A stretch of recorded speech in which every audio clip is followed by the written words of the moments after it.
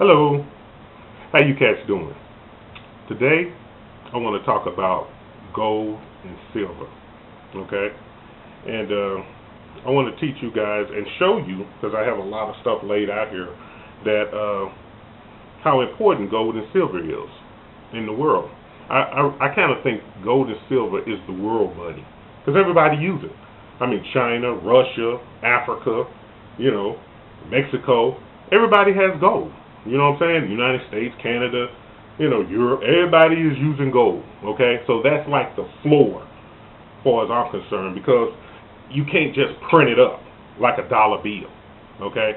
A dollar currency, you can print as much of that as you want, okay? And I did some study and I did research about the gold and paper currency. They call it fiat currency, okay? Now, in this country, at one point we were using gold and silver. We was actually spending gold and silver. I mean, that's how we traded. I mean, we had, I think it was bronze, copper, we also had those coins, but we basically, at one point, we were using gold and silver to buy. And to me, that's real value, because that came from the ancient Egyptians. The ancient Egyptians used it for masks and for jewelry. And, when the Europeans saw that, the Greeks and the Romans came in, they were like, look, that must be some value. You know what I'm saying? That they started making coins, and, they made gold and silver coins, and that kind of went, all over the world. And that's what people saw the real value is, because you just can't dig up gold real easy. I mean, you could dig up gold, but it comes in little bitty rocks and little bitty pebbles and stuff like that, right? So you just can't print it up like paper, okay? So once people started, basically most of the gold was held, they said, mostly by the rich, okay? And then smaller coins and stuff with the regular citizens. But gold was like a status symbol, and it's always been like that, and I think it's always will be like that, okay? So when the government, especially like when our government, when they started printing up paper, money, they would distribute that out, and in America they would basically print up the paper to finance the war, okay? And they would say they didn't have no Federal Reserve and nothing like that, so it was just like the government. They were like, well, we're gonna print this up, and we want you guys to take it. I'm pretty sure a lot of them guys back there in the Western days, at the little corner store, they like, look, this paper, you know what I'm saying? I want some gold or something. Give me some foreign currency or coins or something. But I'm pretty sure that didn't go over too well, and it didn't. So when the first coins, you would think that that's the dollar, and that's how we end up going into the dollar that we have today. Well, the first $2 that we had, the currencies that we had was the colonial. It's this right here.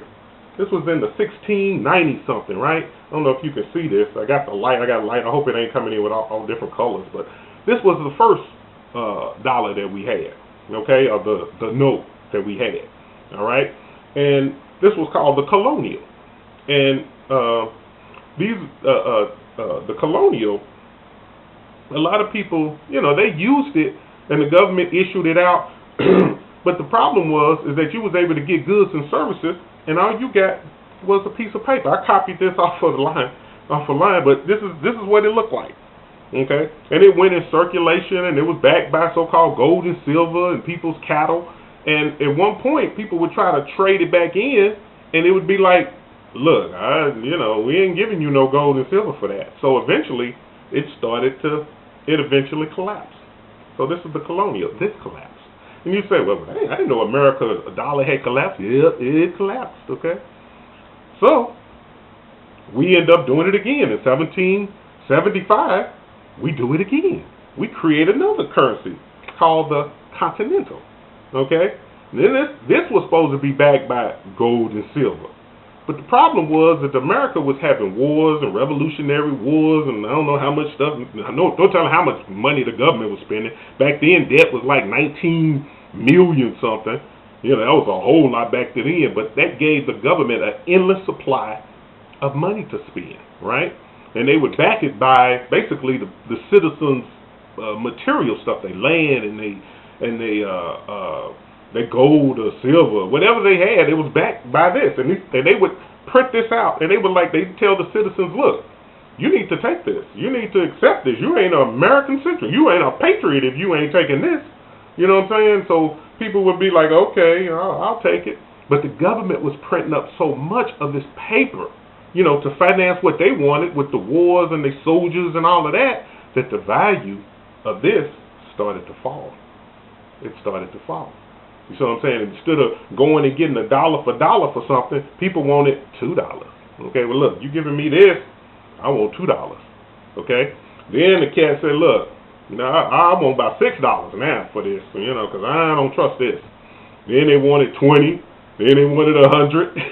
Eventually, this became worthless. Nobody wanted to accept it. If they don't accept your dollar, if the people don't accept your dollar, this will crash. Okay. So in 1913, they came out with another one. Okay, they came out with new currency. They said, look, this with the Federal Reserve. I think this was on Jekyll Island. They had made an agreement that, look, we're gonna create this new currency.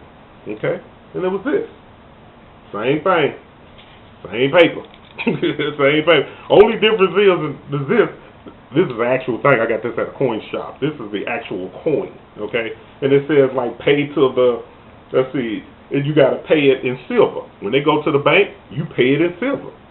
Okay? This equals this. This was the backing for it. Okay? This was the backing for this. Okay? Then when you had this was the dollar here, this was the backing for it. You had silver. All right? So it made this pretty strong. I can trust this now if I know I can go to the bank and just get my money back. Because in the old days, instead of people had gold and silver. They would go to, instead of them constantly carrying around a bunch of gold and silver, they would go to the bank and say, look, bring it to me, and I'll give you a note. Okay? I'll give you a note so you can carry it around, and you can, whoever gets it, they can come and they can get the gold at the bank. The problem is that the government would print up too much of this. Or the Fed, they would print up too much of this, right? And then they would start going into debt doing this, right? They even had it to where they had the $20 too, right? Paid to the borrower a $20 piece. This is a newer version and certified, but they would pay you that. I don't know if you can see that, but that's 1 ounce of gold. Right? And that was $20 here, and there's your $20. You could go to the bank and give them $20. They give you a $20 gold piece. Okay, that was back in the day. That was back in the 1929s and 1920s. Okay, that's how they was rolling. Because after the war, these countries had made an agreement that we were going to bring all our gold to America and store it here, and that made our currency real strong. Okay, and it was backed by gold. The rest of the world looked at that and said, "Look, we can deal with this country. Okay, they dollar is strong." Okay, so. That's basically what we're dealing with today. But the problem is we ain't had so many wars. We ain't spent so much money. We ain't went into serious debt. Okay?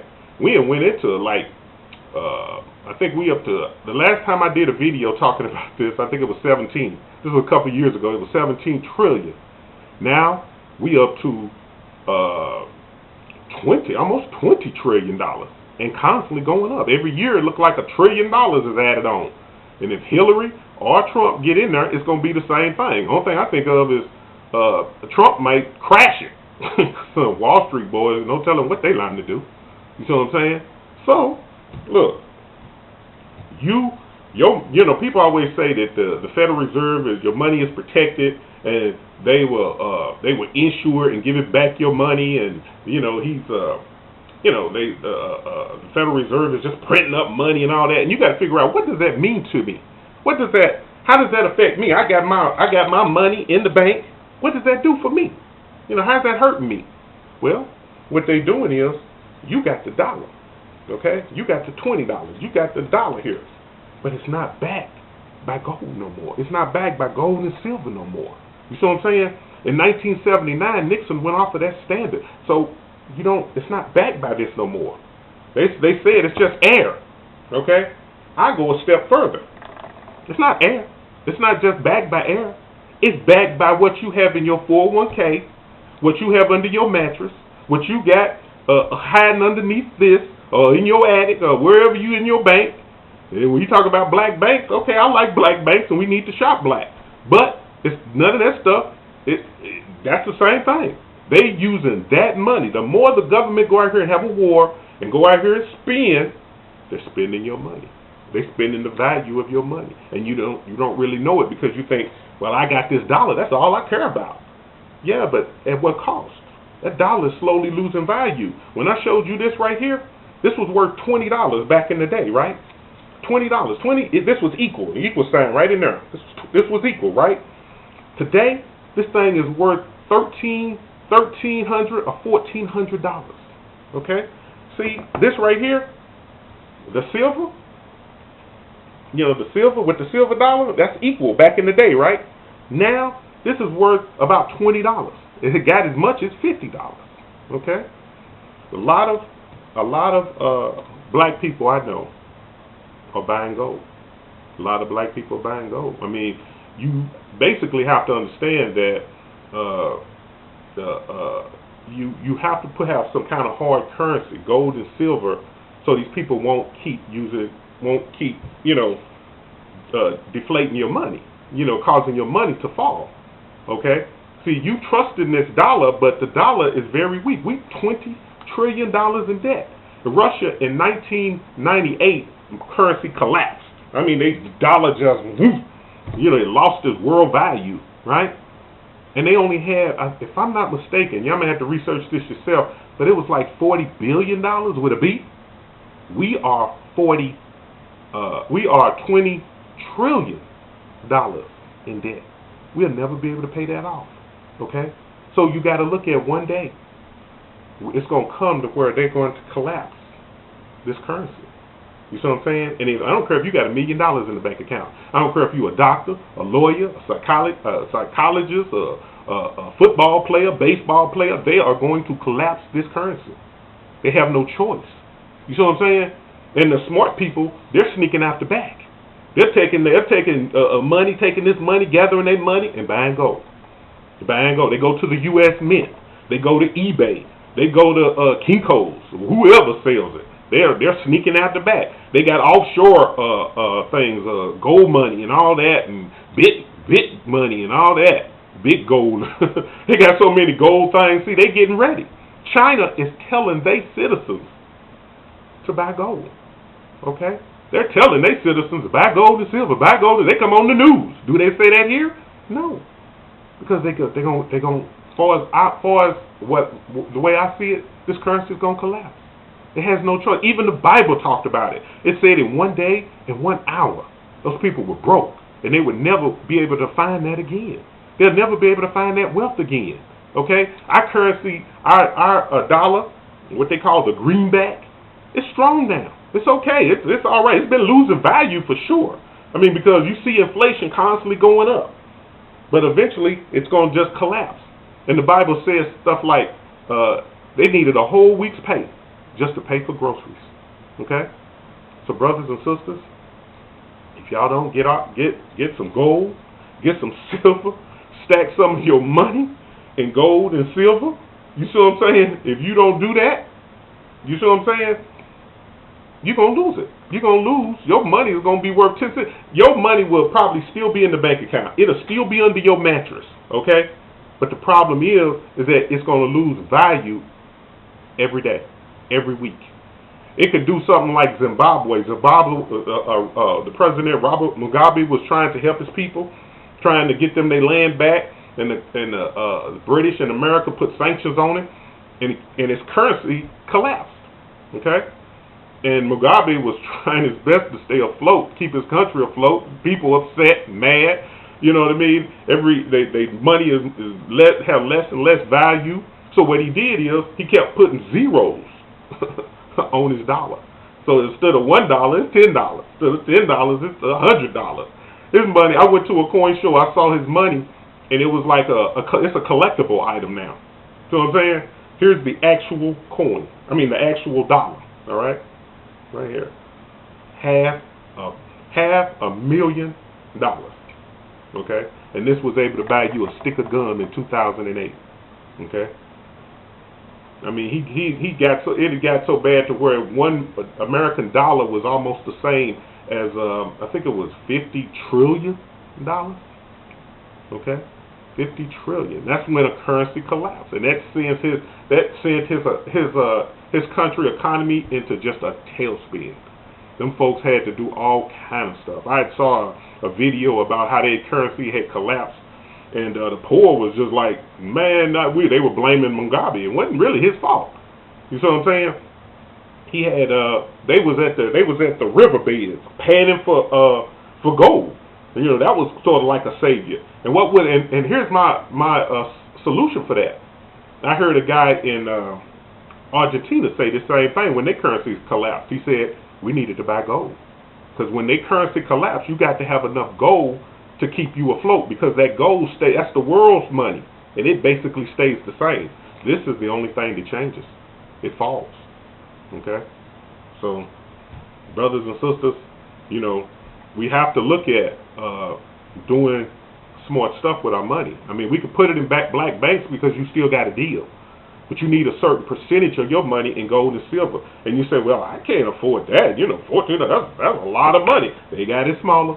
This is a Canadian, 1/20th of an ounce. This is the half of a penny. So, I mean, a half of a dime or 1/10. You know what I'm saying? That's about $100. Back in the day, it was probably like 30. This stuff is constantly going up. It'll fluctuate a little, but you know, it's going to keep going up because the more they keep printing up these dollar bills and they balancing the budget and taking care of that dollar, it's going to keep that stuff is going to keep going up. And they ain't going to tell you about it. It's going to tell you how great the economy is. Okay, so that's just something to think about. Last thing, I guess this is the last thing. I know I'm probably missing some stuff because you know I wrote some stuff down. I heard Damon Wayans say, I saw him in an interview. That's the Wayans brothers. Damon Wayans, he'll tell you. He said, he was talking about people in America. He said, y'all better buy gold. Y'all better buy gold. But you see these right here? These are mercury dimes, right? They're so small. You probably won't be able to see them. They're real little, right? Like the same as a dime, right? That's just the same money. It's just a little different design, right? The only thing is it had 90% silver, right? These little dimes right here, I can still buy a gallon of gas. And you say, 2 dimes? Man, get out of here. Is it because it's old or something? Get out of here. You can't do that. Yes, I can. And I can prove it. Okay? These 2 little dimes, back in the 1920s, a gallon of gas was about 20 cents. Okay? It was about 20 cents. Now today, man, gas is $2, $3 and all that, right? I could go to eBay, trade it on there. This would probably go for about $2 or $3. $2 or $3, right? Now, you know what I'm saying? I got about $5, $6, right? Then I could buy me that gallon of gas with no problem. You know what I'm saying? So really, the gold and the silver really never lost any value. It was only the paper. And like I say, it's because they printing up so much of it. Okay? So, well, I think I just about hit a lot of things. Oh, and another thing. What I was telling you about Zimbabwe, his economy, eventually, once his currency collapsed, his economy, the inflation started rising up. That means prices are rising up. And it eventually hit what they call hyperinflation. That meant prices really went up real high, right? And that makes things horrible, okay? That means bread, instead of bread being $1, it's now $10, okay? Instead of a TV being 100, now it's 1,000, okay? That's what hyperinflation does when a currency collapses. But if they would have backed their currency by gold and silver, they would have never had that problem. But the problem is, it ain't that much gold and silver for people to back. Governments are buying gold. China's buying gold. Russia is buying gold. America, so-called, have gold in Fort Knox. They just won't let you. They haven't audited. I don't know what the heck is about that. I don't know if it's in there or not. You know, audit. Let's see where the gold is. See where our gold is. You know what I'm saying? But every country out there, India buying gold. India loves gold. India. You go in the Indian shop, you see gold there, boy. You just be like, amazed. You know what I'm saying? You know, Africa has gold, and like I say, black people in this country are starting to buy gold, and they ain't even started. They've always been doing it. I've known this for 20 years. You know what I'm saying? And they've been buying it way before that. You ever go into your grandparents' closet and stuff? You know, they show you these old coins and stuff. Back in the day, we were spending this. This was 90% silver. They were spending gold. You know, it was currency. That's how strong our country was. Okay? So, and like I say, you can go to the U.S. Mint, Gold Money, eBay. You can search all them places. Study. Here's a book. You know, the red book. This is an old one, but there's a red book about gold and silver. Here's a foreign book, you know, about coins, you know, but everybody needs that, okay? So I think I about covered everything, you see what I'm saying? And here's a thought. Oh, and then one last thing. They talked about seizing gold. You know, the government, you could get all that gold and they'll seize it and all that. Look, good luck with that, okay? I don't know who gonna give up their gold after all them years and grandmother's gold and passed down to you. I don't know who gonna give all that up for some dollar bills. Okay? So, you know, it's just like guns. You can do what you wanna do, people gonna keep their guns. You know what I'm saying? Sure, I won't killing and all that to stop. You know what I'm saying? But people gonna keep their guns. You know, not everybody gonna give up their guns because it's getting too violent. Okay? And hopefully that will improve. Okay. So, and here's my last saying. Whoever has the gold makes the rules. All right, brothers and sisters. I hope that helped, and I hope I was able to present it pretty good for you. All right. Peace.